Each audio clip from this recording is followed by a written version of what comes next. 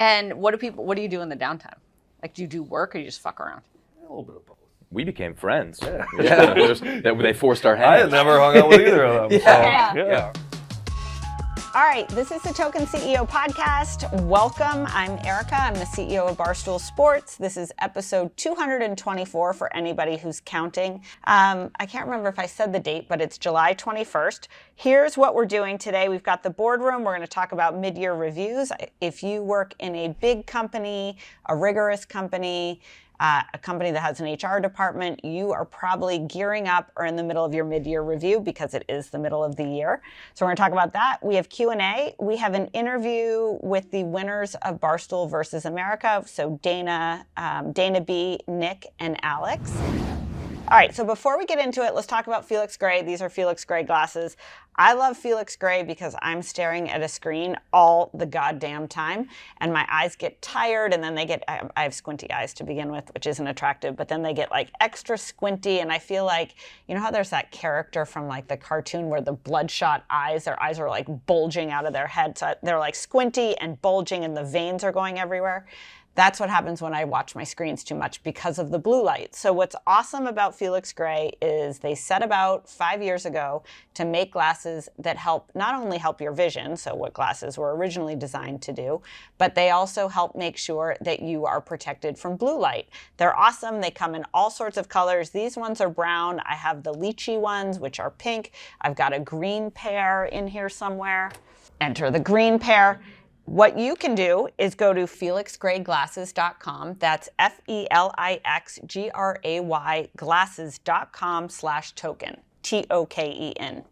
TOKEN. That sounds weird to say that at the end. Anyways, it's free shipping, free returns, free exchanges. That's felixgrayglasses.com/token.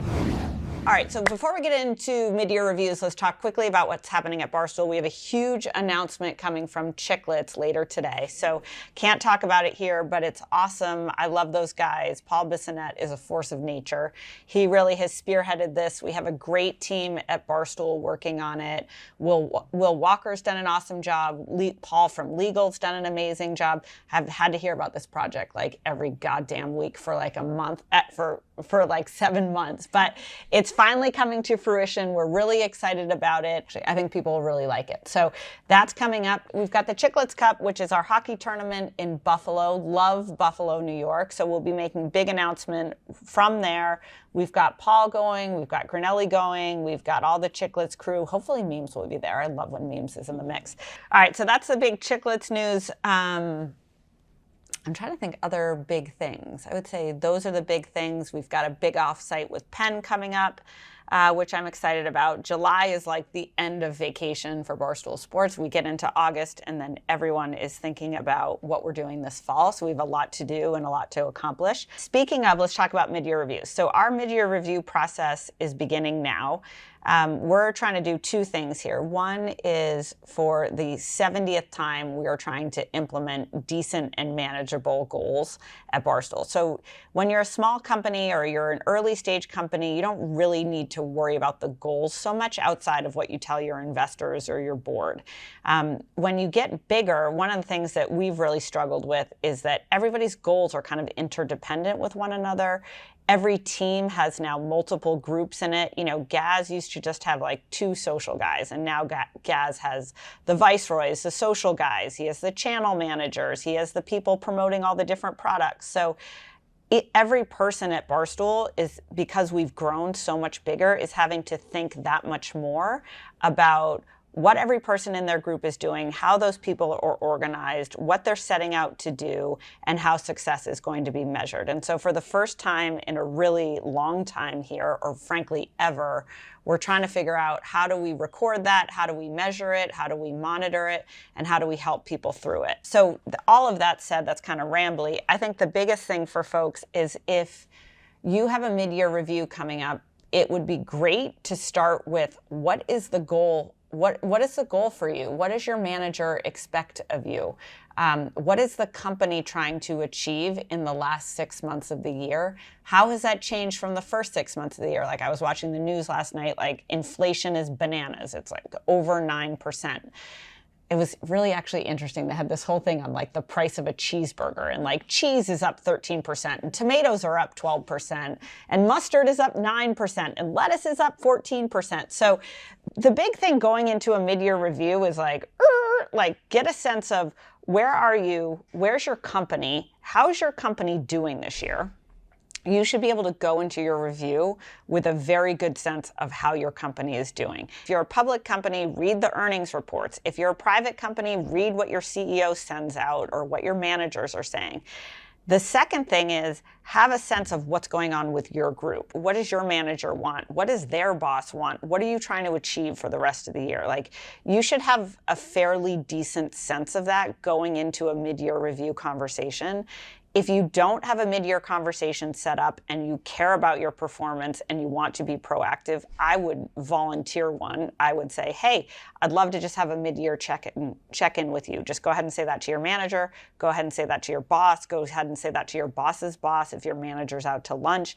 I think it's a really good thing to do. I can remember whenever I would have a one-on-one, a mid-year or an end-of-year one-on-one with Deirdre probably did the best job of it, where she would always show up with like printed out sheets on everything she had accomplished. She clearly put a lot of thought into the conversation before we had the conversation, and I think that goes a long way. I think people really appreciate that. If you understand where your company's at, it can kind of give you a realistic expectation, things of like, ooh, we're in trouble, or ooh, things are going great, likely to get a great bonus this year, or hey, I'm sensing my performance isn't right on par.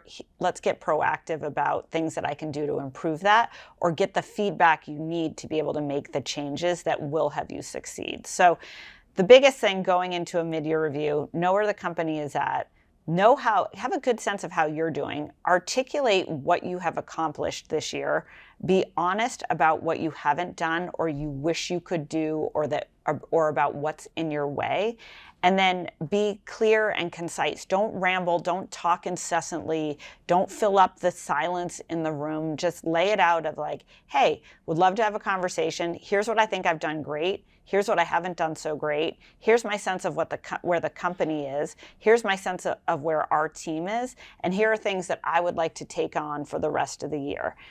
Don't go into your mid-year review being like, bam, bam, bam, I want a promotion. Bam, bam, bam, I want a raise. Like, obviously you want a promotion and a raise. Everybody at work wants a fucking promotion and a raise, right? That's not interesting. That's not new. That's frankly self-serving.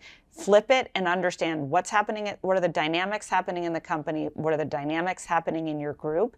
And what is your performance like? Be clear, be succinct, and be focused on that. I think if you do that, you can have an awesome conversation and you can be really clear on what you have to do going forward. This morning, we sent out scorecards for every brand here on social. Like, I thought that was so helpful. Like, Gaz did an amazing job of it. Gaz sent them out, a lot of Gaz on the show today, but like Gaz sent them out over break. Stu's team worked with Gaz. The data team worked with Gaz to pull it. And you know what? It was so helpful. Like, hey, we're getting a C- in that. We're getting an A in this. We're getting a B in that. And at Barstool, we compare everything to each other, right? We don't spend a lot of time comparing ourselves to other companies or to other groups or other media entities, because we're just weird and an anomaly. We're just weird and an anomaly in that. But what was awesome about the scorecard is it just ranked everyone against one another, and it was super clear. We used to send out mid-year or quarterly reporting that was like thousands of words, and it was like everything was kind of couched in like, hey, this sucks, but this could be why. And what I'm really psyched about for our mid-years and what I'm excited about for our goals for the rest of the year and what I'm excited about in these scorecards is I think really all people want is to like know where they stand. And this is really clear. Like, our show, we're like sucking at some stuff, we're good at other stuff, but at least it's out there, and then it's our choice on whether we step up or not. And I think that's kind of the same thing is true of a review, which is it's not your manager's job to improve your performance, and it's not your job to improve your manager's performance. It's the job of the conversation to say, hey, this is how I'm doing, this is how I'm going, this is where I think it's great, and this is where I don't think it's going great. And to get the feedback on like, are you on base? Are you on target? Are you off base?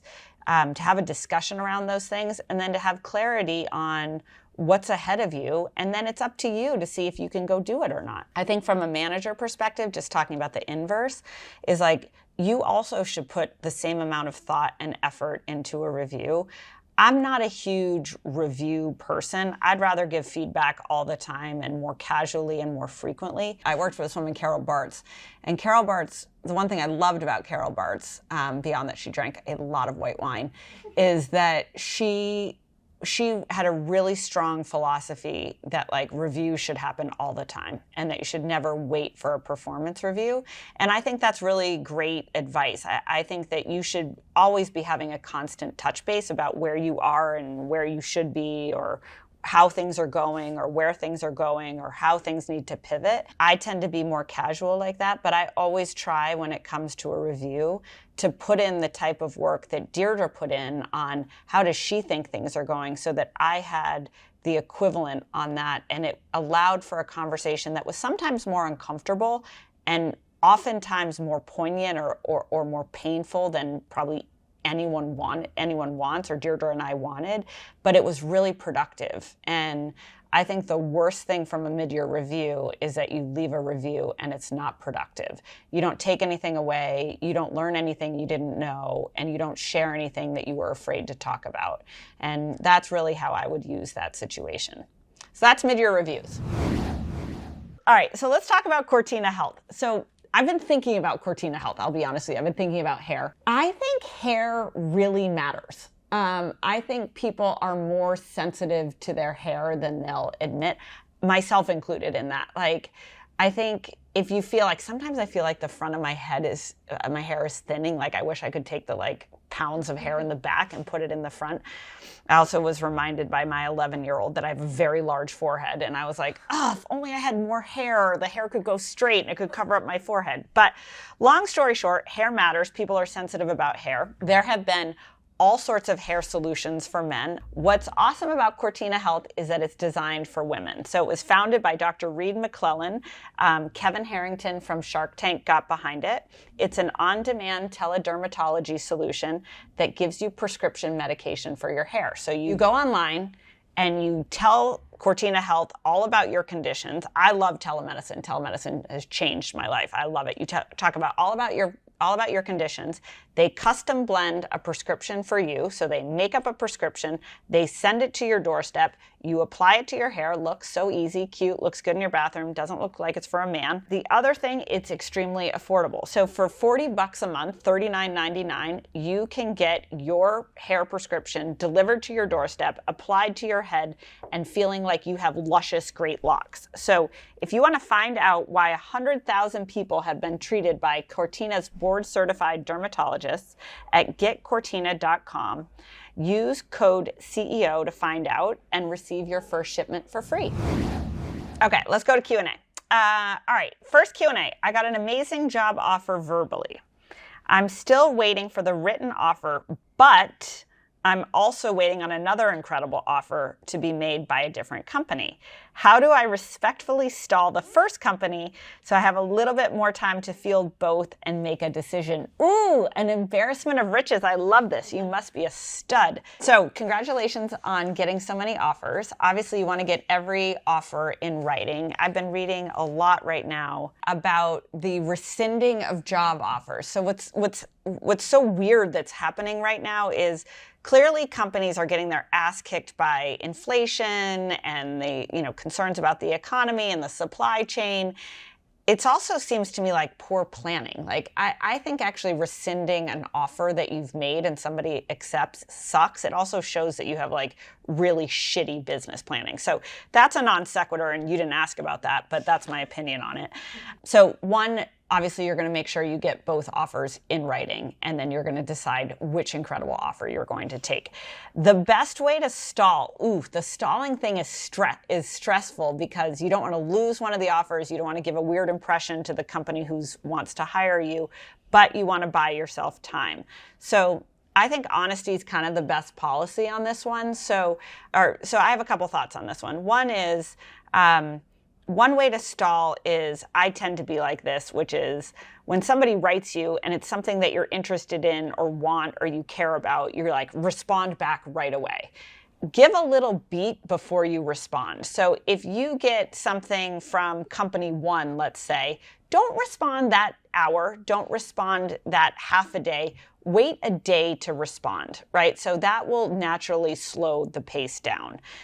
Don't wait too long where they think you're uninterested, but it's totally respectable to wait a day. So one is control the pace as best you can and slow the pace as best you can.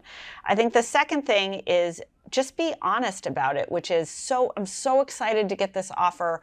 I love this company. This is a dream job, or however you feel about it. What's been kind of overwhelming for me is there's other companies who've shown interest in me. They're also reaching out with offers.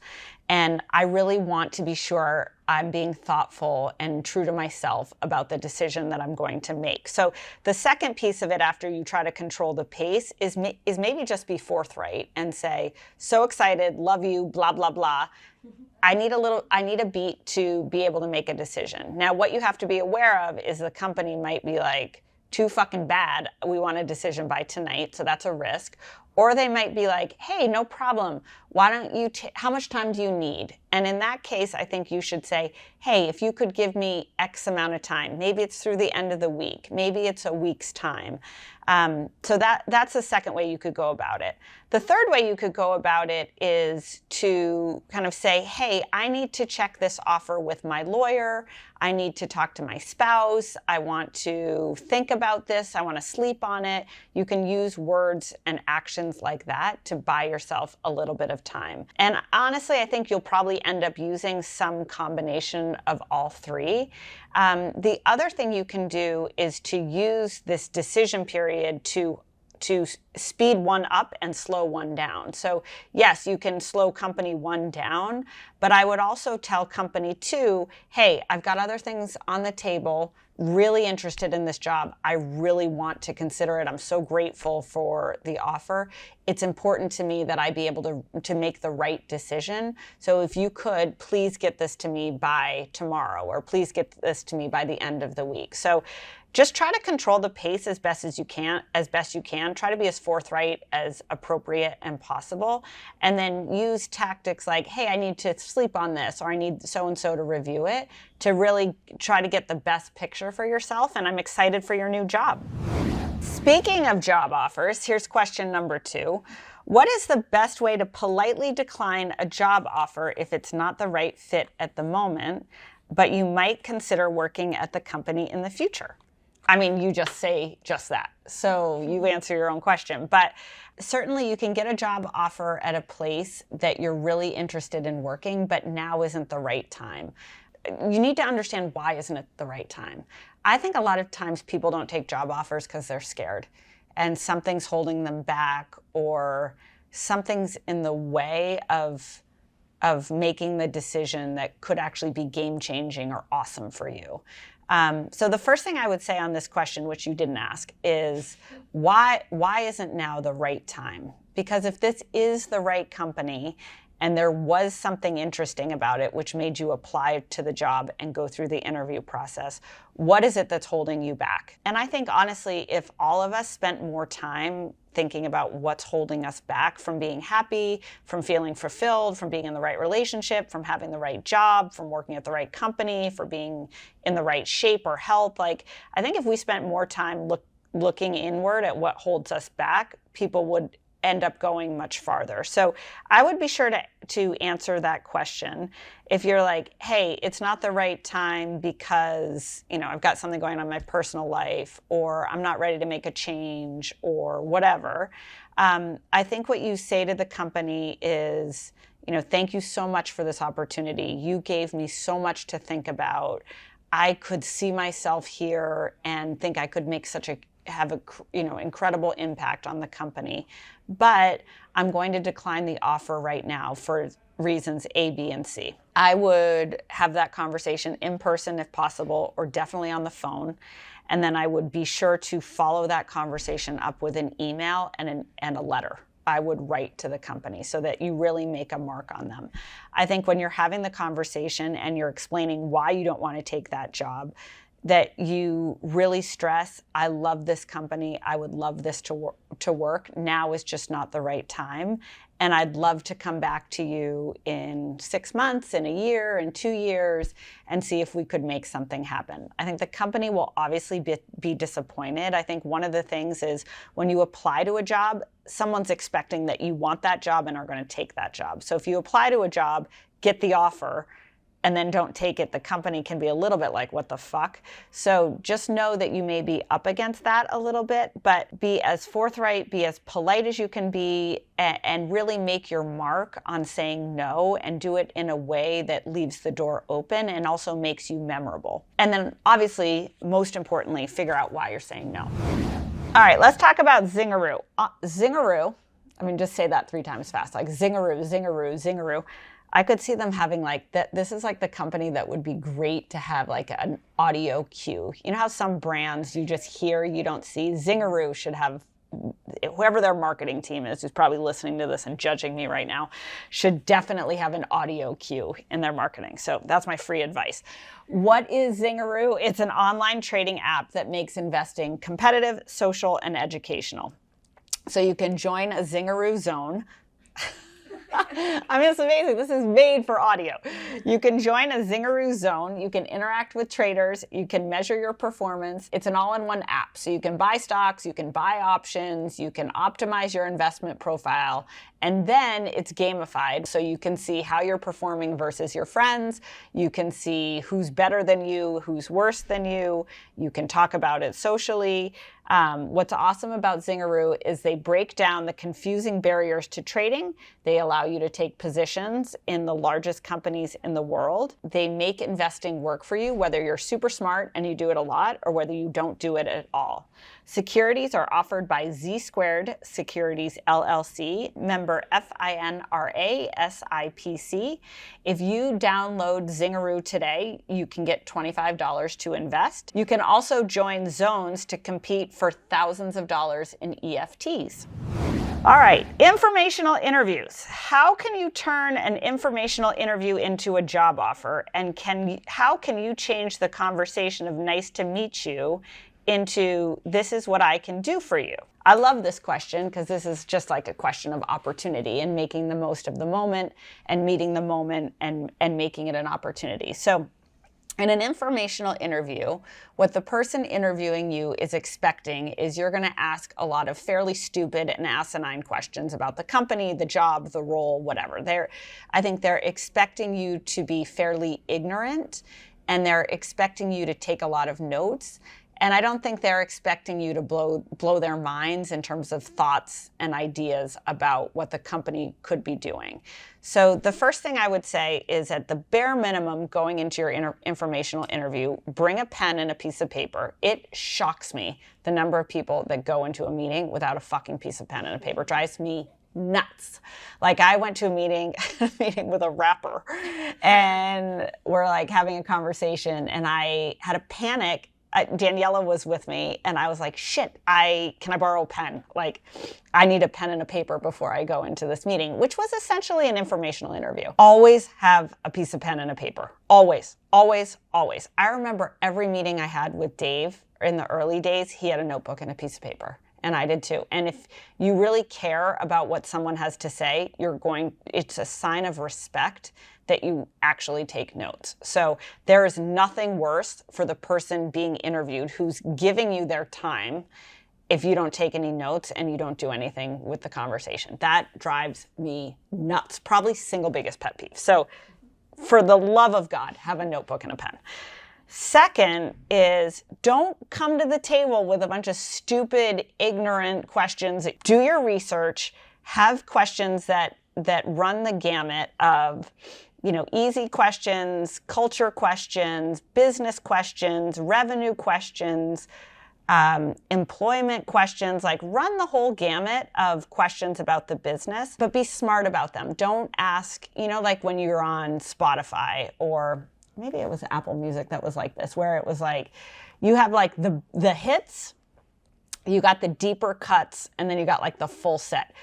Don't bother with the hits. Everybody knows the hit questions. Those are easy, they're predictable, they're obvious, they take zero thought to answer. Make sure you make it to deep cuts. Like, just make sure you have some deep cut questions. And then the last thing is go out on a limb and make a suggestion for the business or present an idea. You have nothing to lose. You're not interviewing for a job. It's not yours to lose. You only have something to gain by impressing that person with how you think. So that's my advice on informational interviews. Ooh, I love this next question. All right. How do you recover after a big fuck up at work? I love this. I fuck up all the time, so this is my kind of question. And how do you deal with coworkers that threw you under the bus? Ooh. When I first started this job, I made a mistake and had a lapse of judgment. It went under the radar for almost a year, but it recently came back to bite me in the ass. I love the swearing, first of all, my kind of person. Any advice on how to get through everyone making you a villain? I'm a good person and a great employee, but you start to believe the narrative that other people write about you when you're in the thick of it. I'm 100% leaving this job. I'm just feeling numb and frozen, and I'm having a hard time forgiving myself. One is like, everybody fucks up. Everybody fucks up in their personal life. Everybody screws up their body. Everybody, drinks something they shouldn't, kisses someone they wouldn't, like messes up at work. Like, it happens. So don't be so hard on yourself. Everybody fucks up. People make massive fuck ups. They make small fuck ups. I fuck up every day. So one is like, please, please, please forgive yourself, because this job doesn't matter. Your coworkers who hate you don't matter, but how you feel about yourself really does matter. And I know it's hard to forgive yourself, but you really have to try. The only thing that's unforgivable with a mistake is that you don't learn from it. And I think the biggest thing that I would say, your biggest fuck up in this isn't the fuck up. It's that you didn't come clean on it, or that you didn't do something about it for a year. I think the best way to make it through a screw up, like we talked about this with Hubs last week, is to kind of own it. I think it's a really good idea at work with your group, with your boss, with your coworkers, is to get ahead of it and to be upfront and outright with it. Hey, everybody here knows I messed up. I shouldn't have done X, Y, Z, ABC, 1, 2, 3. We're like imagining what you did. But hey, when I handled this project, I did something that was very wrong. Here's why I did it. Don't spend too much time on this, but if you want to give some context for why it happened, go for it. The second thing is, and the most important thing is, here's what I learned. Why did you do it? What'd you learn from that? How did it happen? What'd you learn from that? What do you regret in terms of the impact it had on your group or your coworkers or your business? I might go so far as to take your, nasty coworkers and to say, thank you so much for bringing this to the surface, right? They're not expecting you to say that. Your boss isn't expecting you to say that. But it's also like, thank you for bringing this to the surface. I've learned a lot from it. You've given me an opportunity to address something about myself and to turn that into a better future for myself. So I would get ahead of it. You could do this in person. You could do this as an email. You could do it in a group conversation. You can do it in one-on-one conversations, whatever's most comfortable for you. I think with your boss in particular, I would be sure you have a one-on-one and just say, you know what, I'd like to put this to bed. And here's why I think here's why I think I deserve the opportunity to put this to bed, and go through those same things.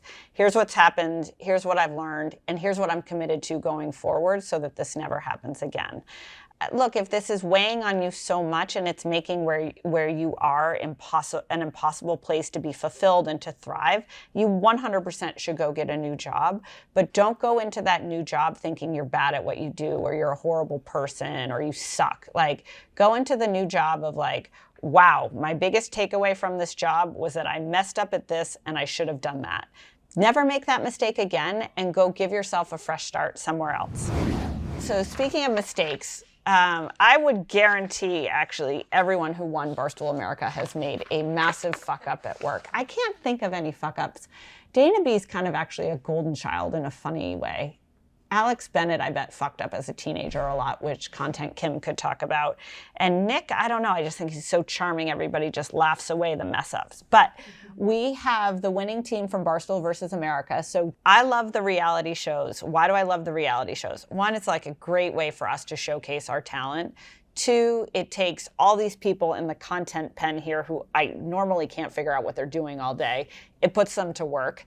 Three, it's great content. And four, it's made for the internet, and it has kind of the best of what came from television, and it has all of the great things that come from being at Barstool Sports and being distributed on the internet. So that's kind of the backdrop of our reality shows. The other thing that's so awesome about Barstool is just how quickly we put this together. Like yesterday, I went to the mini golf tournament in the Hamptons, and it was awesome. Like they had Big Cat's Pile, and they made these custom holes, and they had the sponsors integrated.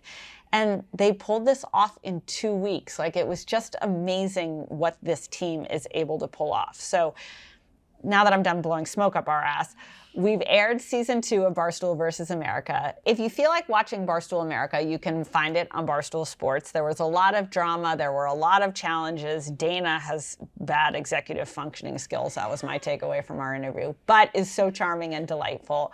You saw KB get kicked off. You saw Pat shifting. Like there's all sorts of interplay between people. I saw KB yesterday at the mini golf thing. And I was like, dude, that sucks that you got kicked off. And then you had to stay, you had to stay on the production shoot. You had to stay with them. And he's like, yeah, but I wanted the time on camera. And I was like, you know what? Like, I respect that. That's exactly what you should want. So we have a conversation about what these guys are doing at Barstool. We had a conversation about Barstool versus America. Alex is fighting in Rough and Rowdy, which is in the middle of August, back in West Virginia. So she talks about that a little bit too. And it's a great light interview that I think you'll enjoy.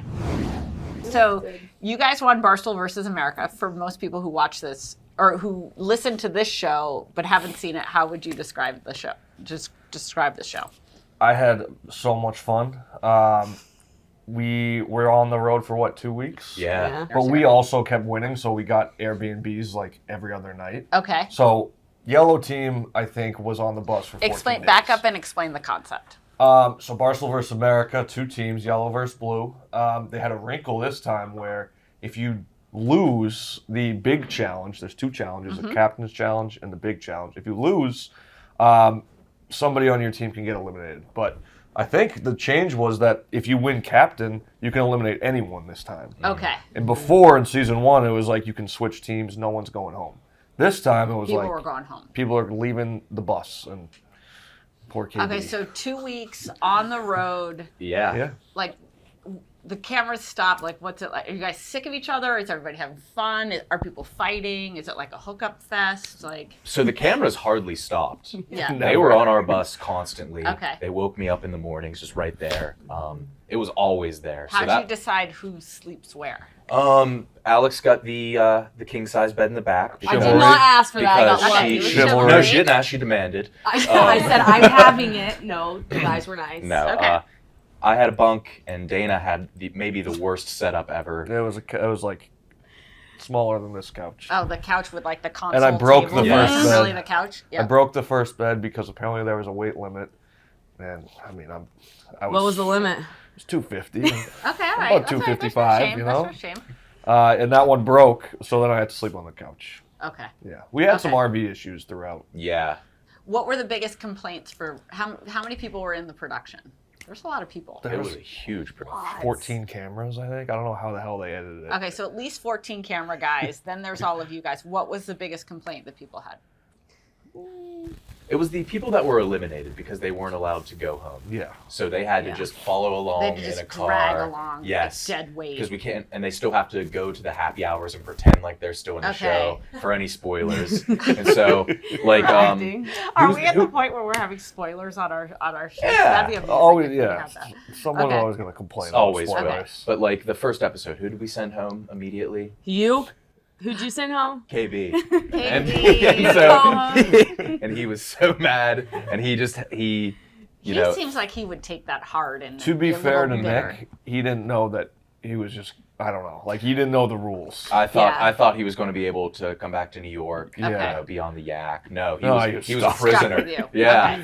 For 4 more cities. Yes. That's a He had to lot. drive still. Okay, Like he had to that do sucks. everything. Yeah. Okay. Right. So that's So- where the complaints came from. Okay, so you guys win. How'd you win? Like, what was your strategy? We three were should have together from- lost probably twice.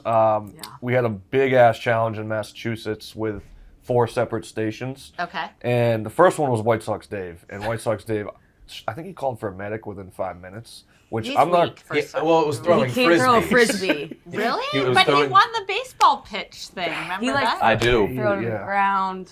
He's one of those guys that He lives doesn't in have the the flick past. of the wrist? I would never do that. I would never say like, "Oh, I averaged double in high school." I wouldn't say. No, I'm, you like, would never. live in the past. Yeah. I'm an athlete. He's one of those guys that's like, I am serious about being the best athlete here, and then he's just not. Okay. What's the opposite of body dysmorphia, where like you think you're 7 feet tall Yeah. and jacked? Napoleon? Yeah.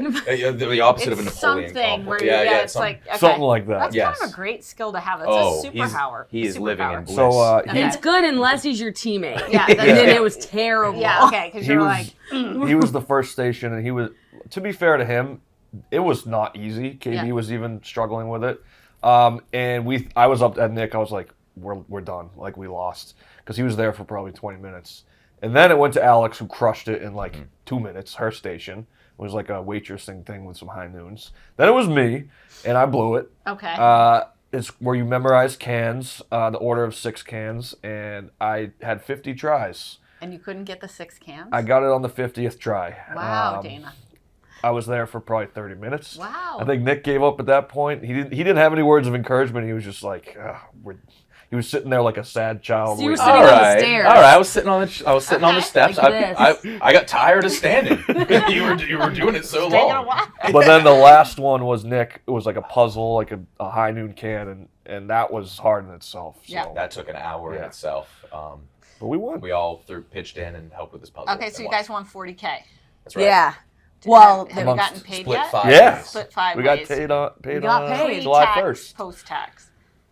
Pre. So- Pre-tax. Pre-tax. Pre-tax. Okay. Pre-tax. So mine's gone. 20K. Yeah. So no You money. got $5. Yeah. Mine is I gone. paid off a credit card. $100. Okay, that's Yeah. nice. Yeah. It was Did nice. you really? Did we pay you on time Nice. already? We already paid you? Yeah, July That actually 1st. It, We already it was hit. the first episode aired, and I was like, "Whoa!" Yeah. That impresses me. Mhm. Nice. We usually don't get that right.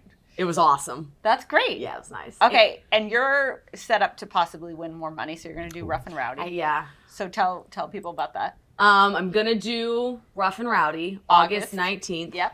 I'm very excited. I don't know who I'm fighting. Okay. They're looking for that. I'm not fighting because I like have beef with somebody. I'm fighting because I want to do the training. I like competing. 100%. I'm like, why not? Yeah, absolutely. I went for the first time, like right when I started. My mom and I went to West Virginia, and I was like, I fell in love with it. I was like, something about this. I was like, I want to do it. Great. Now I'm finally doing it. The training's kicking my ass. Okay, so what is it? You have to train.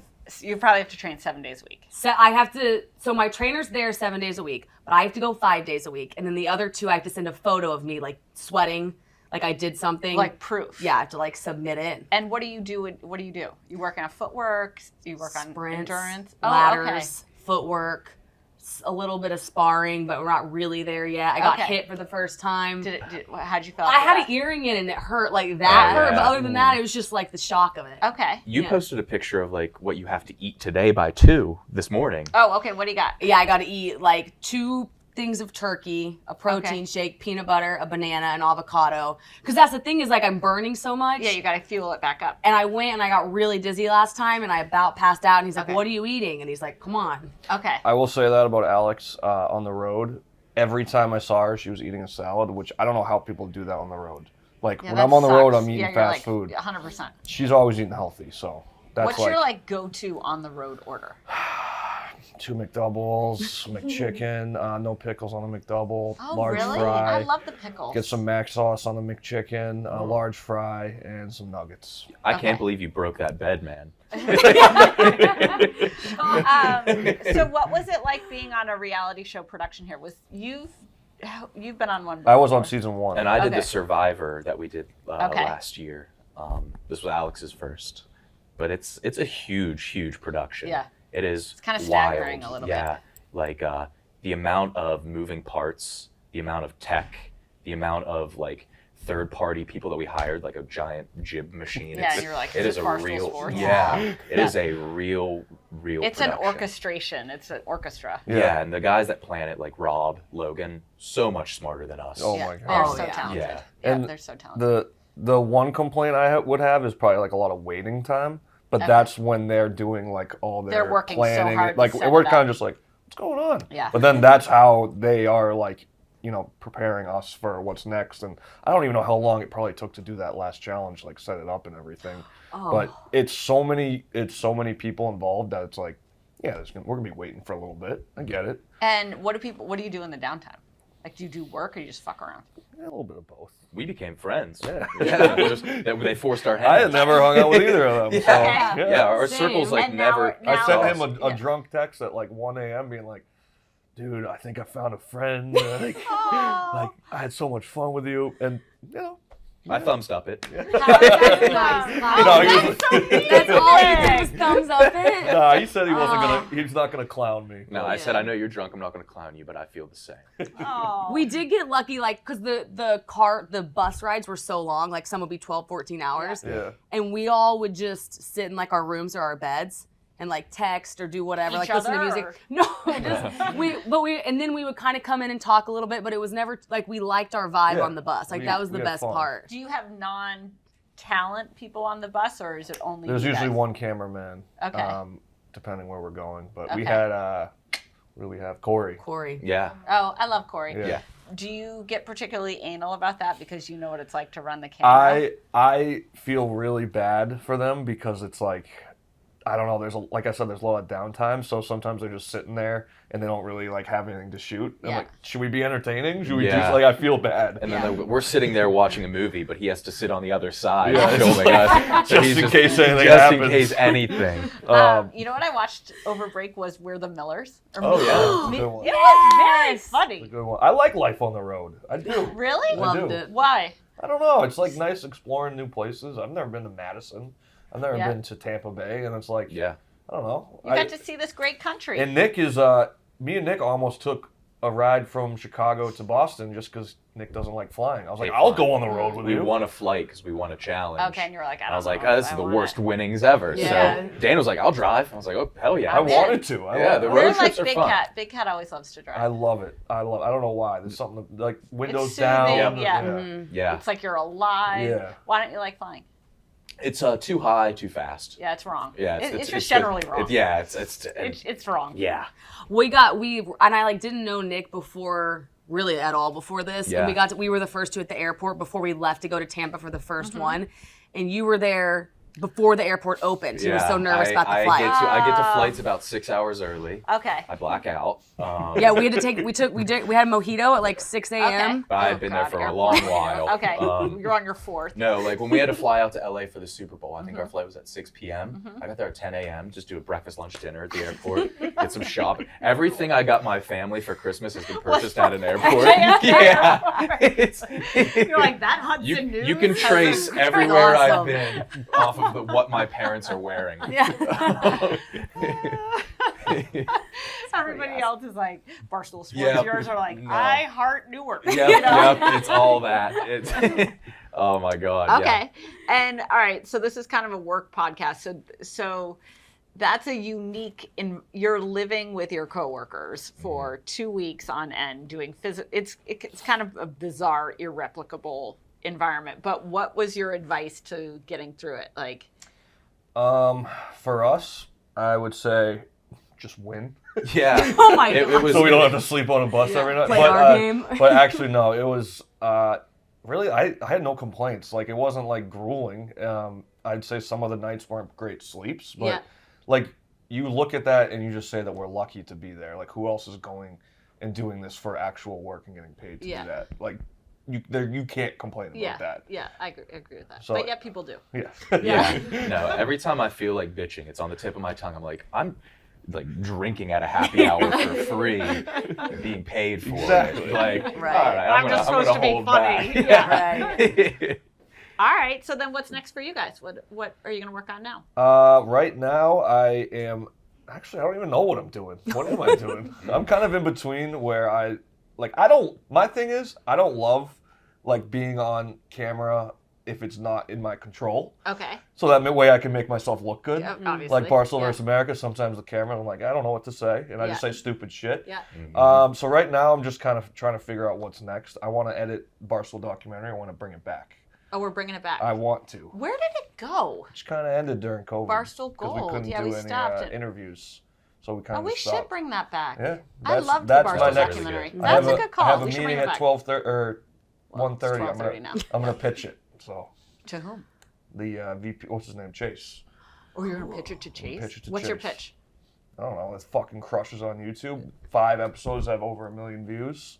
Like, why did we stop it? Let's do it. Let's bring it back. Okay. That's a good pitch. That is a good pitch. Yeah. Numbers. The early use of And the I don't need F-bomb. resources. I did that. I That's did it, 15 even better. episodes with Milmore and Gaz. That was it. Where is Milmore? I don't know. Does he still work here? I think he does still work. I don't think he exists. He had a you very ever seen viral Milmore? tweet this weekend, actually. I saw Really? something to do with something with President Biden. I don't know what it was, but Huh. Oh, I did see Where is Milmore? Anyways, okay, what are you doing now? Trying to hit the ground running on the sketch show. Okay. Me and Owen, Sass, Kyle, group of guys have about like The 50. ones that all like look alike. All the Yeah. ones that look Yeah. identical. We have about 50 written, so it'll Okay. be like probably 10 sketches an episode. So Okay. a good base for that. We're filming our first real one this Thursday. Great. Going to try to do a vlog series with Joey, Pat, and Kyle called Okay. Boyfriends. Space in between, big space Yeah. in between. We're fine with boyfriends here. Sure, of We course, love but boyfriends. not in this video. Great. But Can't wait for the HR call. Yeah. the logo, Great. it's they're very far apart. But we're going to be funny.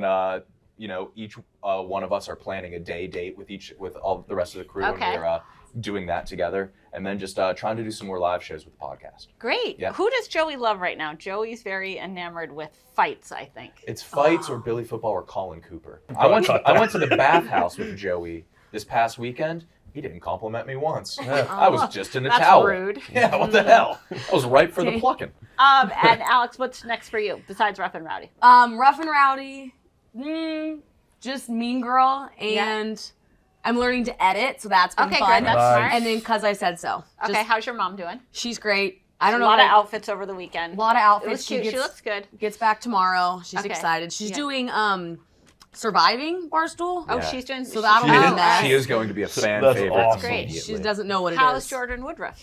She's great. She's good.